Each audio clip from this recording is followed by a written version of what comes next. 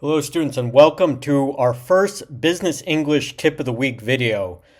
I've been doing vocabulary tips and I've done other tips on our English from A to Z website, but I want to walk you through a tip that just came to my mind as I saw presentations recently from non-native English speakers, very good speakers. They did excellent jobs, each of them, especially they're in the business world.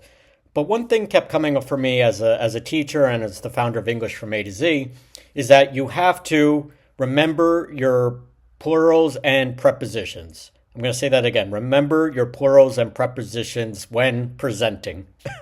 There's a lot of P's in there, but again, you want to remember both your plurals and your prepositions when you're presenting, especially to native English speakers.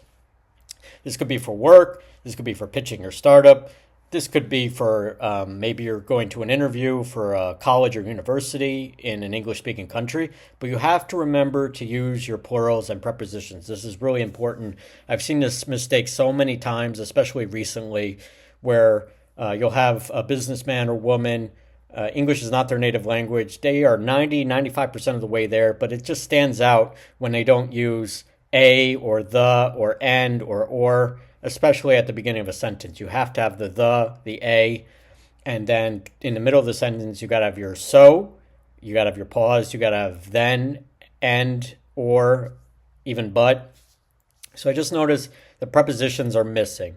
And this is also another little bit of a tip for you all at home is you got to remember your plurals, especially when you're talking about business terminology. Let's say the financials. You don't say the financial, you say the financials. Or the strategies. You don't say strategy, you say the strategies.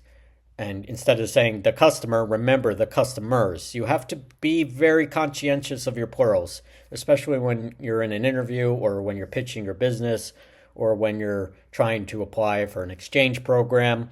There are many ways that and I've seen this with different nationalities. Every nationality, I think, who are not native speakers, they have their own things that they need to work on. But something that's come up again is just people not remembering the and a before you begin the sentence, right? The teacher, the customer, the client, or a revenue model, a business model, a company. You have to have the a and the. That's something that has really stood out to me. And then in the middle of the sentence, don't forget your and, but, or, and then so, then, and there's many other of, in, at. These prepositions, they can't be missing. And then plurals, you got to have a plural. If it's more than one business, more than one company, more than one client, you got to have the S at the end. Clients, companies, customers, credentials, financials, you name it. I could come up with so many more examples. But I wanted to do this tip of the week. The first one related to business English, I'll do many more, is that even if you're not a native speaker, you have to try to have the basics down. You can't forget your prepositions, especially in English, a and the. Some languages is not important. I understand that. But you got to have your a, your the, and then you also got to remember your prepositions of place and time, but especially a and the to begin the sentence. And then, as I mentioned before, plurals, s. You got to have the s at the end. You can't come to a presentation and forget your plurals and prepositions. So that's just one tip that I probably have wrote about it on our English from A to Z website, but I wanted to do a video on it because it's something I noticed recently, and as a teacher and the founder of English from A to Z, it's something I got to bring up to you all who are, maybe you're taking lessons in business English, maybe you're taking classes, hopefully with us, but you got to remember your plurals and prepositions. You just sound that much more professional, engaged, and conscientious of the English language.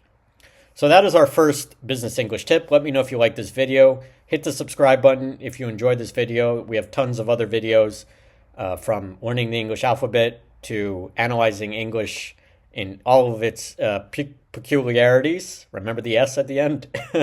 And also we do great stuff with our word of the week and also talking about English idioms. So my name is Ben. You can find our website at www.englishfromatozz.com, and you can also join our newsletter as well. And I'll have the link below for this video, for the newsletter, I should say. So thank you all so much for watching. Check out our Business English course. available now for enrollment, and you also find business English lessons and even group classes in business. So make sure you go to our website, hit the link that's listed alongside me on this video. And thank you all so much for watching. I hope to see you soon for more business English tips because there's a lot of them I can do with you all. So take care now. Bye-bye.